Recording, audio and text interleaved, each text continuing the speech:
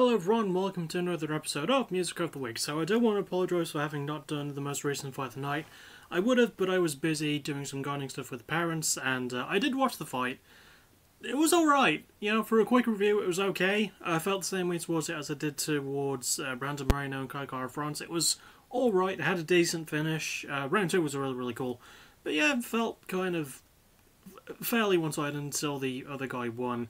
So yeah, still recommend giving it a try. But more importantly, we got 5 albums to talk about, so I think we should do that. We start in Tumba in Sweden for Amon Amarth and their 12th album, The Great Heathen Army. Now, I know very little about this band. I've known about them for a while, but the only album I listened to before this was their 2019 album, which, let me find it really quick. Berserker. I think that was my first Amon Amarth album, and I quite enjoyed it. This one I also liked, but not as much as I liked that one. I'm giving this one a B. I think it's some fairly solid Viking metal, you know, even though they don't like the term Viking metal. But it's exactly what Amon Amarth does, you know, they play some really good melodic death metal, is the actual, technical term for what they do. But, they sing a whole lot about Vikings, and the stories of Vikings, and the Saxons, and it's basically a History Channel documentary. In a way, you know, sort of similar to what Sabaton do, but Sabaton are a little bit cooler in my opinion. But yeah, there's still really good riffs. I like a lot of the lyrics and the stories that they try to tell using the Viking lore and medium. The production's really good. It's just some really solid melodic death metal about Vikings. That's really all you need from an Amon Amarth album. It can't really get much simpler than that. It's also got decent production, performances and structuring as well, so yeah, it's good. Next we go to Richmond Hill, Ontario, Canada for the Flatliners and their 6th album, New Ruin. So this is a band that I don't know a lot about because, well, this is my first album by them. However, I recognise this lead singer of the band. It turns out it's Chris Bloody Cresswell, and this was a band he formed back in 2002.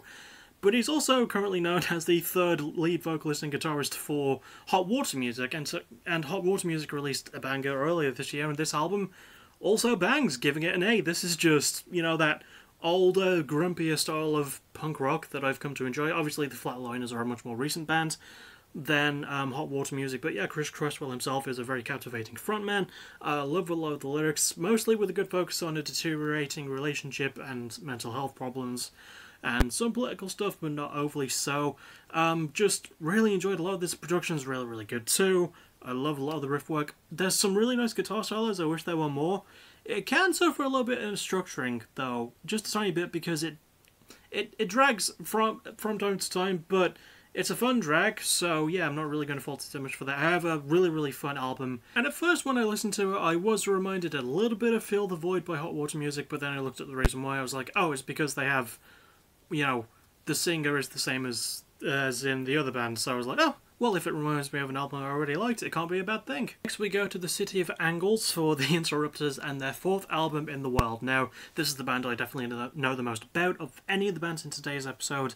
I love the Interrupters. I covered them in Backtracking, so that was when they had 3 albums. They got a 4th now, so I know all about their sound. And unsurprisingly, yeah, this album gets the only A+ grade of this entire episode.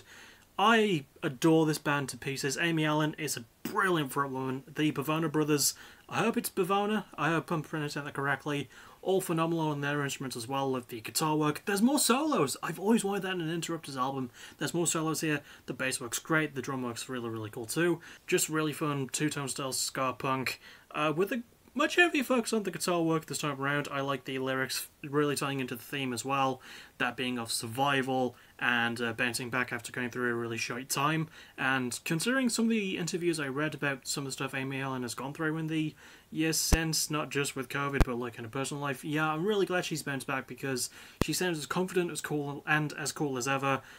I love how she conveys it through the lyrics. The production's really fun as well. It's on Hellcat Records, so it's probably a good chance that Tim Armstrong did it, and he knows what the hell he's doing because he's awesome.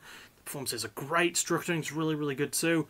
But again, there are a couple of extra songs that kind of don't need to be there, but that's just me. It is 14 songs, which can feel like a little bit too much, but it's a really good bit of too much. So again, not going to fault it. You should absolutely 100% check this one out yourself. It's really good. Next we go to Hobart, Tasmania, which is in Australia, for Psycroptic and their 8th album, Divine Council. These are a sort of OG Aussie death metal band who I didn't know about until I was looking for music for last week, and this was kind of the album that I like to call like the last call album, basically, you know, just slapping something on for the sake of slapping something on so I can fill it out to 5 albums for a week. But I still really enjoyed it. I'm giving this album a B. I thought this was, at the end of the day, right, this is very much a genre album. It's technical death metal, really good technical death metal. That's kind of it, although I do like that the lyrical themes aren't just usually what the genre focuses on, which is really good. I like that there's a bit more of a political lean at times with the lyrics. There's really good performances as well, especially from the band's drummer Dave Haley, who I think is the brother of Joe Haley, who is the lead guitarist and also producer for the album, and he understands what he's doing as well. Structurally, it can get a bit repetitive, but I love how complex it can be at times too, especially with the riff work strongly carrying it through. Performances are quite solid. Yeah, this is just a really good technical death metal album. It's not great, and it doesn't really do a lot to push out the boundaries, but this is a band that's been doing this for so long now, and also they're Australian. I'm just looking for any Australian acts, so yeah, I am giving them that benefit. And even besides that, the album's just really good, so if you want some really good technical death metal, this is good technical death metal for the sake of the genre. We started with the 12th album, now we're ending with the 12th album. We have Totem by Soulfly. So I know about Soulfly and Sepultura and sort of the Cavalera Conspiracy because they're all acts formed by Brazilian musician Max Calavera.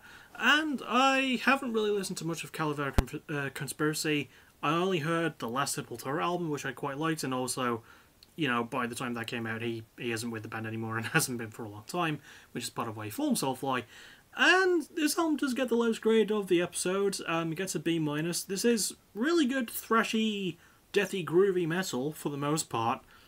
But I think the most off-putting thing for me was the lyrics. There's just some really gross and overly descriptive depictions of what's going on.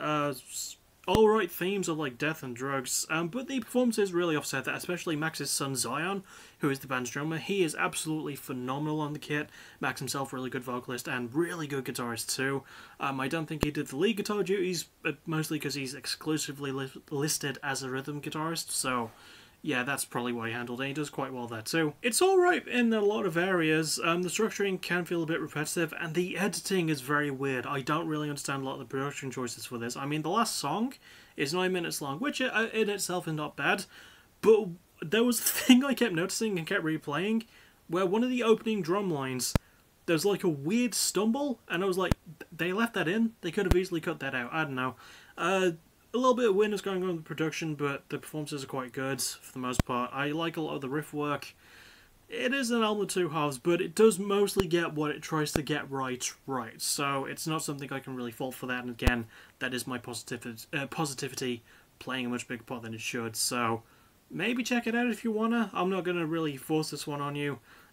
Just, again, be a bit wary that it can get a bit gross sometimes. And that'll about do it. There's another 5 albums covered. As for the next thing from me, well, first I'm going to say my most recommended albums.